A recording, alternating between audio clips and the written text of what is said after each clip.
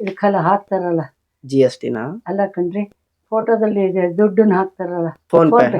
Phone pay ನಾವು ಸೌದೆ ಒಲೆಯಲ್ಲೇ ಆವಿ ಮಾಡ್ತೀವಿ, ಕರೆಂಟಿಂದ ಏನು ಉಪಯೋಗಿಸಿಲ್ಲ. ಒಂದು ಬ್ಯಾಗ್ ಕೊಟ್ರು, ಇದ್ಯಾವ ಬ್ಯಾಗು ಅಂತ ಹೇಳಿದಾಗ ಇದು ಆಲೂಗಡ್ಡೆ ಬ್ಯಾಗು, ನೀರಲ್ಲಿ ಹಾಕಿದ್ರೆ ಕರಗ ಹೋಗುತ್ತೆ ಅಂತ ಹೇಳಿ ಎಕ್ಸ್ಪೆರಿಮೆಂಟ್ ಮಾಡಿ ತೋರಿಸಿದ್ರು. ತಣ್ಣಿಗೆ ಹಾಕಿ ಹೊಟ್ಟೆ ತೆಗೆದು ಬಿಳಿ ಬೀಜ ಮಾಡಿ ಬಿಸಿಲಿಗೆ ಹಾಕಿ ಒಣಗಿಸ್ತೀವಿ. ಒಣಗಿಸಿ ಆಮೇಲೆ ಎಕ್ಸ್ಪೆಲ್ಲರಿಗೆ ಹಾಕ್ತೀವಿ. ಅಲ್ಲಿಂದ ಪ್ಯೂರ್ ಹಿಂಡಿ, ಕೆಳಗಡೆ ಎಣ್ಣೆ ಎಲ್ಲ ಬರುತ್ತೆ.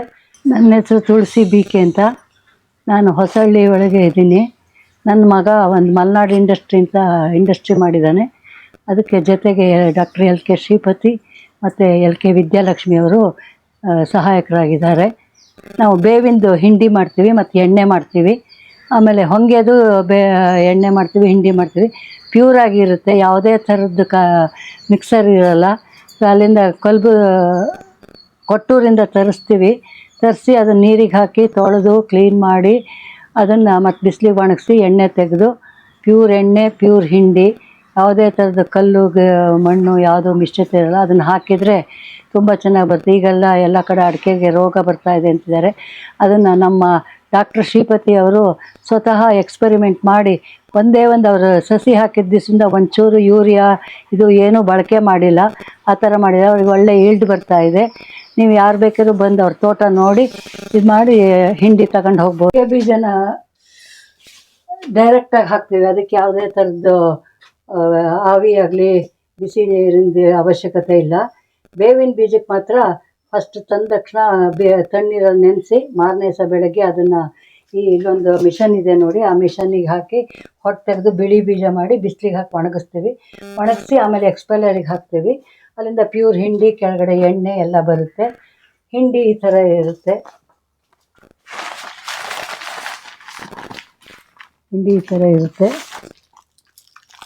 ಆವಿ ಅದರೊಳಗೆ ಮಾಡ್ತೀವಿ. ನಾವು ಸೌದೆ ಒಲೆಯಲ್ಲೇ ಆವಿ ಮಾಡ್ತೀವಿ, ಕರೆಂಟಿಂದ ಏನು ಉಪಯೋಗಿಸಿಲ್ಲ. ಹಿಂಡಿ ಪ್ಯೂರ್ ಆಗಿರುತ್ತೆ. ಹಾಗಾಗಿ ತೋಟದಲ್ಲಿ ಚೆನ್ನಾಗಿ ಆಗುತ್ತೆ. ಅದು ಯಾರು ಬೇಕಾದ್ರೂ ಖರೀದಿ ಮಾಡ್ಬೋದು. ಆದರೆ ರೇಟ್ ಜಾಸ್ತಿ ಅಂತೇಳಿ ಸ್ವಲ್ಪ ಇದು ಮಾಡ್ತಾರೆ. 47 ರೂಪಾಯಿ kg ನಾವು ಕೊಡ್ತಾ ಇರೋದು. 470 ರೂಪಾಯಿ ಎಣ್ಣೆ ಲೀಟ್ರಿಗೆ ಕೊಡ್ತಾಯಿದ್ದೀವಿ. ಎಣ್ಣೆ ಆಯುರ್ವೇದಿಕ್ ಇದಕ್ಕೆ ಬರುತ್ತೆ. ಅದಕ್ಕೆ ಎಣ್ಣೆ ಇದು ಆಯುರ್ವೇದಿಕ್ಕಿಗೆ ಬರುತ್ತೆ. ಇದನ್ನು ನೀರು ಸೇರಿಸಿ ಸ್ಪ್ರೇ ಮಾಡಿದರೆ ಗಿಡಗಳೆಲ್ಲ ಚೆನ್ನಾಗಾಗುತ್ತೆ, ರೋಗ ಕೀಟಾಣುಗಳು ಹೋಗುತ್ತೆ ಅಂತ ಒಂದು ಪ್ರತೀತಿ. ಇದೆಲ್ಲವನ್ನೂ ನಮ್ಮ ಡಾಕ್ಟರ್ ಶ್ರೀಪತಿಯವರು ಎಕ್ಸ್ಪೆರಿಮೆಂಟ್ ಮಾಡಿ ಹೊರಗಡೆ ಹೇಳ್ತಾ ಇರೋದು, ನಮ್ಮ ಮೈದ್ನವರು. ಅಮ್ಮ, ಇದು ಹೊಂಗೆ ಹಿಂಡಿ ಹಾಕೋದ್ರಿಂದ ಅಡಿಕೆ ಮರಕ್ಕೆ ಏನು ಉಪಯೋಗ ಆಗುತ್ತೆ? ಅದೇ ಯಾವುದೇ ಥರದ ರೋಗ ಬರಲ್ಲ. ಹೊಂಗೆ ಹಿಂಡಿಲು ಬೇವಿನ ಹಿಂಡಿಲು ಎರಡು ಒಂದೇ ಕಂಟೆಂಟ್ಸ್ ಇರೋದು. ಬೇವಿನ ಹಿಂಡಿಲಿ ಏನೇನು ಇದೆಯೋ ಅದಷ್ಟು ಹೊಂಗೆ ಹಿಂಡಿಲು ಇದೆ. ಆದ್ರೆ ಎಷ್ಟೋ ಜನ ಹೊಂಗೆ ಹಿಂಡಿಗಿಂತ ಬೇವಿನ ಹಿಂಡಿ ವಾಸಿ ಅಂತಾರೆ. ಯಾವುದೇ ಥರದ ವ್ಯತ್ಯಾಸ ಇಲ್ಲ. ಬೇಕಾದ್ರೆ ಲ್ಯಾಬಿಗೆ ತಗೊಂಡೋಗಿ ಟೆಸ್ಟ್ ಮಾಡಿದ್ರೆ ನಾವ್ ಏನ್ ಹೇಳಿದೀವಿ ಅದೇ ಉತ್ತರ ಬರುತ್ತೆ. ಒಟ್ಟು ಹೊಂಗೆ ಹಿಂಡಿ, ಬೇವಿನ ಹಿಂಡಿ ಎರಡು ಒಂದೇ. ಎಣ್ಣೆ ಮಾತ್ರ ಬೇರೆ ಬೇರೆ. ಎಣ್ಣೆ ಅದಕ್ಕೊಂದು ಸ್ವಲ್ಪ ಏನೋ ಇರುತ್ತೆ, ಇದು ಅದೇನೋ ಅದಷ್ಟು ನನಗೆ ಗೊತ್ತಿಲ್ಲ.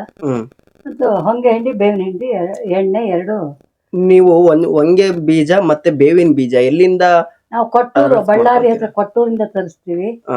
ಅದು ತುಂಬಾ ರೇಟು. ಬಿಳಿ ಬೀಜ ತರಿಸಿದ್ರೆ ಚೆನ್ನಾಗಾಗುತ್ತೆ. ಬಿಳಿ ಬೀಜ ಸಿಕ್ಕಲ್ಲ. ಮಳೆಗಾಲದಲ್ಲೇ ಸಿಕ್ಕದು ಬೀಜ. ಮಳೆಗಾಲ ತಂದ್ರೆ ಸ್ಟಾಕ್ ಮಾಡ್ಕೋಬೇಕು, ಬೇಸಿಗೆನಲ್ಲಿ ತೊಳೆದು ಹಾರೋಕೋಬೇಕು. ಅದು ಪ್ರಾಬ್ಲಮ್ ನಮ್ಗೆ. ನೀವು ಒಂದ್ಸಲ ಸ್ಟಾಕ್ ಏನಾದ್ರು ತರಿಸಿದೀವಿ. 13 ಟನ್ 20 ಟನ್ ಎಲ್ಲ ತರಿಸಿದೀವಿ. ಅದರಿಂದ ಹಿಂಡಿ ಎಷ್ಟು ಬರುತ್ತೆ? ಅದಷ್ಟು ನನಗೆ ಇದು ಐಡಿಯಾ ಇಲ್ಲ. ನಮ್ಮ ಮೈದ್ನ ಅಥವಾ ನನ್ನ ಮಗ ಆನಂದ್ ಅಂತ ಹೇಳಿ ಅವನ್ನ ಕಾಂಟ್ಯಾಕ್ಟ್ ಮಾಡಿದ್ರೆ.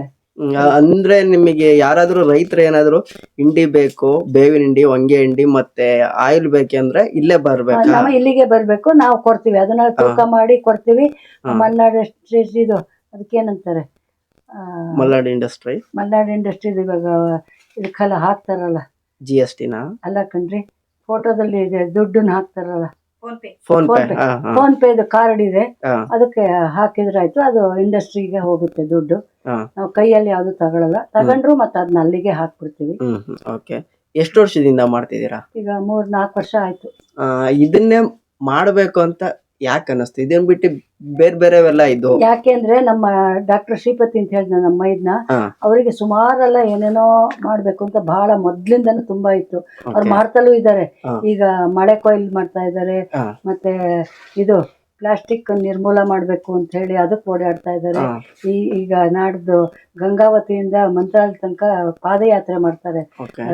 ಇದನ್ನೆಲ್ಲ ತೆಗಿಬೇಕು ಅಂತ, ಯಾವುದು? ಪ್ಲಾಸ್ಟಿಕ್ ನಿರ್ಮೂಲ ಮಾಡಬೇಕು, ಯಾರು ಪ್ಲಾಸ್ಟಿಕ್ ಇದು ಮಾಡಬಾರ್ದು ಅಂತ. ಹ್ಮ್. ಆ ಪ್ಲಾಸ್ಟಿಕ್ ನಿರ್ಮೂಲನೆಗೆ ಒಬ್ರು ಶೃಂಗೇರಿ ಒಳಗೆ ನಮ್ಮ ಸ್ವಲ್ಪ ದೂರದ ರಿಲೇಷನ್, ಅವ್ರ ಮನೆ ಫಂಕ್ಷನ್ಗೆ ಹೋದಾಗ ಅವರು ಒಂದು ಬ್ಯಾಗ್ ಕೊಟ್ರು.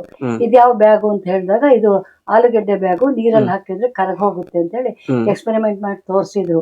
ಅದ್ರೊಳಗೆ 2 kg ತನಕ ತುಂಬಾ ಅಷ್ಟು ದೊಡ್ಡ ಬ್ಯಾಗು ಆಗುತ್ತೆ, ಏನು ಹರಿಯಲ್ಲ. ಆ ತರ ಬ್ಯಾಗುಗಳನ್ನ ಇವಾಗ ನಾವು ನಮ್ಮನೆ ಫಂಕ್ಷನ್ಗಳೆಲ್ಲ ನಾವು ಅದನ್ನೇ ತರಿಸಿ ಎಲ್ಲರಿಗೂ ಕೊಡೋದು. ಯಾಕಂದ್ರೆ ಅದು ಒಳ್ಳೇದು, ಪ್ಲಾಸ್ಟಿಕ್ ಇದಾಗಬಾರ್ದು ಅಂತ ಹೇಳಿ. ಹಾಗಾಗಿ ಅದನ್ನು ಮಾಡ್ತಾರೆ ಅವರು. ಆ ಫ್ಯಾಕ್ಟ್ರಿ ಬೆಂಗಳೂರಿನಲ್ಲಿ ಇದೆಯಂತೆ, ನಾವು ನೋಡಿಲ್ಲ. ಅದು ಅವರು ಶೃಂಗೇರಿ ಅವ್ರು ಮಾಡೋದು.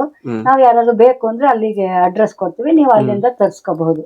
ಸೊ ಈಗ ನೀವು ಈಗ ಹೊಂಗೆ ಬೀಜ ಮತ್ತೆ ಬೇವಿನ ಬೀಜ ತಗೊಂಬಂದ್ರೆ ಅದರಿಂದ ಹಿಂಡಿ ಮಾಡಿದ್ರಿ, ಆಯಿಲ್ ಮಾಡಿದ್ರಿ, ಇದು ಯಾವ ರೀತಿ ಸೇಲ್ ಆಗ್ತಾ ಇದೆ? ನಿಮಗೆ ಲಾಭ ಆಗ್ತಿದ್ಯಾ, ಲಾಸ್ ಆಗ್ತಿದ್ಯಾ? ಲಾಭ ಅಂತ ಇನ್ನೂ ಆಗಿಲ್ಲ, ಆದ್ರೂ ಪರವಾಗಿಲ್ಲ. ಊರ್ ಮನೆಯಲ್ಲಿ ಒಂದ್ ಸ್ವಲ್ಪ ತಗೊಳ್ತೀವಿ. ಆಮೇಲೆ ಸ್ವಲ್ಪ ನಾವೇ ಹಾಕತಾ ಇದೀವಿ ನಮ್ಮ ತೋಟಕ್ಕೆ. ನಾವು ಬೇರೆ ದುಡ್ಡು ಕೊಟ್ಟು ಗೊಬ್ಬರ ತರ್ತಾ ಇಲ್ಲ, ನಮ್ ಗೊಬ್ಬರನೇ ಆ ದುಡ್ಡನ್ನೇ ನಮ್ಮ ಲೋನಿಗೆ ಹಾಕ್ತಾ ಇದೀವಿ. 10 ಲಕ್ಷ ಪ್ರಧಾನ ಮಂತ್ರಿ ಯೋಜನೆ ಇದರೊಳಗೆ ಲೋನ್ ತಗೊಂಡ್ವಿ, 10 ಲಕ್ಷ. ಅದಿನ 3 ಲಕ್ಷ ಸಬ್ಸಿಡಿ ಬಂತು. ಸ್ವಲ್ಪ ದಿವಸಕ್ಕೆ ತೀರುತ್ತೆ. ಅಲ್ಲ, ನಿಮಗೆ ನೀವು ಮಾಡೋ ಪ್ರಾಡಕ್ಟ್ ಸೇಲ್ ಆಗಿಲ್ಲ ಅಂದ್ರೆ ಲಾಸ್ ಆಗಲ್ವಾ? ಲಾಸ್ ಆಗುತ್ತೆ, ಏನ್ ಮಾಡೋದು. ಅದಕ್ಕೆ ಲಾಸ್ ಆಗ್ಬಾರ್ದು ಅಂತ ನಮ್ ತೋಟಕ್ಕೆ ಹಾಕತ್ತೀವಿ. ನಾವು ಬೇರೆ ಕಡೆ ಈಗ ತೋಟ ಅಂದ್ಮೇಲೆ ಗೊಬ್ಬರ ತಗೋಬೇಕಲ್ವಾ, ತಗೊಳ್ಳೋ ಬದ್ಲು ಈ ಗೊಬ್ಬರನೇ ಹಾಕ್ತೀವಿ. ಹೇಗೂ ನಮ್ಮ ಮೈದ್ನ ಮಾಡಿದಾನೆ, ಅದ್ ನಾವು ಅದನ್ನೇ ಮುಂದುವರಿಸ್ತೀವಿ. ಈಗ ನಿಮ್ ಪ್ರಕಾರ ನೀವು 3 ವರ್ಷದಿಂದ ಅಲ್ವಾ ಸ್ಟಾರ್ಟ್ ಮಾಡಿರೋದು? ಈ 3 ವರ್ಷದಲ್ಲಿ ನಿಮಗೆ ಯಾವ್ಯಾವ ತರ ರೈತರ ಮೈಂಡ್ ಸೆಟ್ ಇದೆ ಅಂತ ಗೊತ್ತಾಗಿದೆ?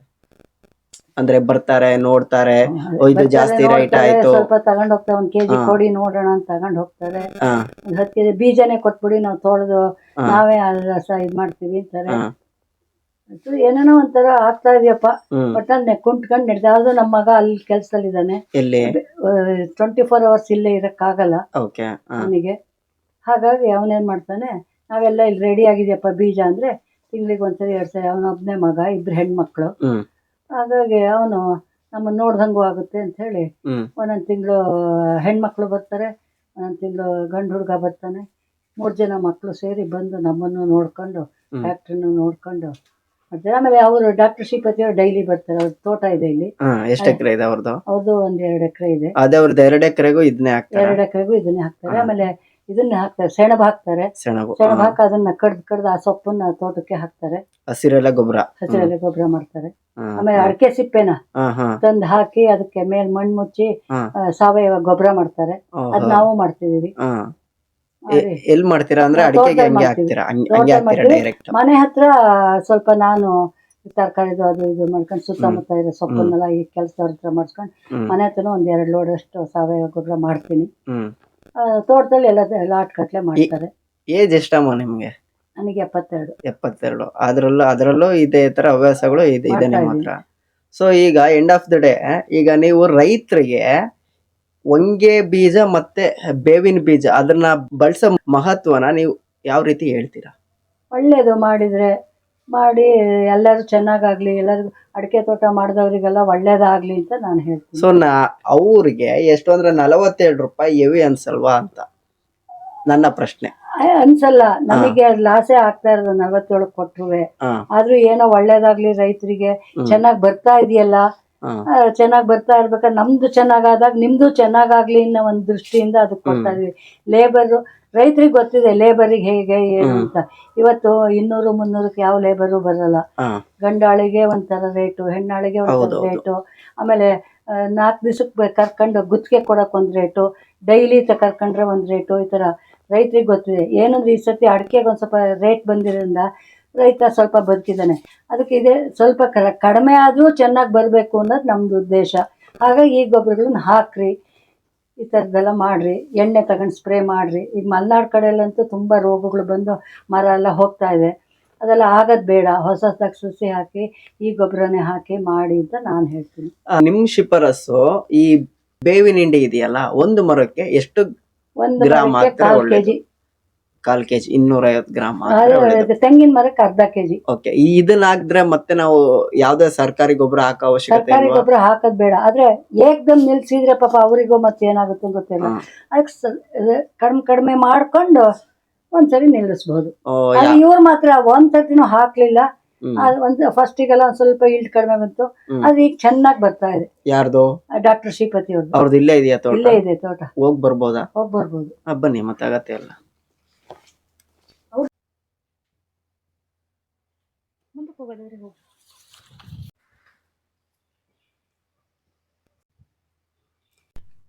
ನಾನು ಹೇಳಿದ್ನಲ್ಲ, ಡಾಕ್ಟರ್ ಶ್ರೀಪತಿ ಅವರು ಭಾಳ ಈ ಥರ ಎಕ್ಸ್ಪೆರಿಮೆಂಟ್ ಮಾಡೋದ್ರೊಳಗೆ ಎಕ್ಸ್ಪರ್ಟು ಅಂತ.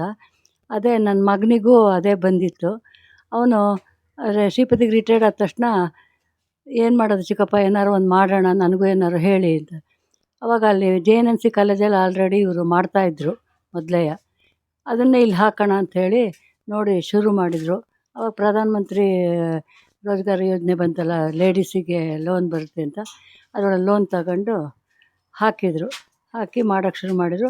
ಎಲ್ಲ ಇನ್ಫಾರ್ಮೇಷನ್ ಎಲ್ಲ ಶ್ರೀಪತಿ ಕೊಡ್ತಾಯಿದ್ರು. ಅದೇ ಥರ ನಮ್ಮ ಮಗ ಆನಂದ್ ಅಂತೇಳಿ ಅವನ್ನೆಲ್ಲ ಮಾಡ್ದೆ.